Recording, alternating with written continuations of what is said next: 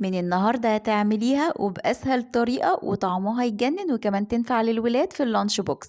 هتجيبي بقى بولة وهنحط فيها معلقتين كبار من الخميرة، معلقة من السكر، ونص كوباية من المية الدافية، ونختبر الخميرة كويس. الخميرة بتاعتي طلعت شغالة، هنزل عليها ب3 كوبايات ونص من الدقيق المخصص للمخبوزات، وهحط ربع كوباية من الزيت. زي ما احنا متعودين مع بعض لازم ان احنا ننخل الدقيق كويس. معلقتين كبار بقى من اللبن البودرة، رشة ملح بقى، وكوباية مية دافية، وابدأ كده اعجن بقى العجين بتاعي لمدة ربع ساعة، وبعد كده احط عليها معلقة من الزيت واحطهم بقى في بولة اسيبها تتخمر معي. اهم حاجة ملمس العجينة يكون ناعم بالشكل ده.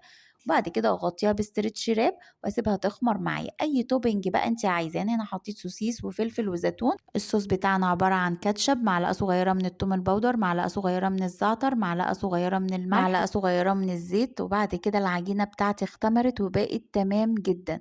هنحط بقى على الكونتر بتاعنا كده شوية دقيق، وهبدأ كده افردها بالنشابة واقطعها بأي قطاع عندي عشان تبقى كلها كده حجم واحد بالشكل ده. وبعد كده حطيتها في صينية وسبتها بقى تخمر لحد ما خلصت كل التقطيع. بلم كل العجينة عادي اللي هي الفراغات وابدأ اشكلها تاني بنفس القطاعة بالشكل ده. خلصنا كل الكمية، بصي ما شاء الله عملت لي كمية كبيرة جدا بظهر اي كوباية.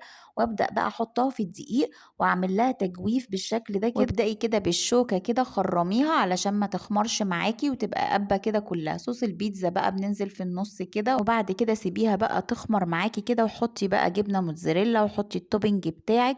اهم حاجة تسيبيها تخمر لمدة نص ساعة، تخش الفرن على درجة حرارة 180 في الرف الوسطاني، تاخدش 10 دقايق وبتطلع بالجمال وبالحلاوة دي. جربوها، ولو عجبك الفيديو لايك وشير وسبسكرايب لقناتنا. باي باي.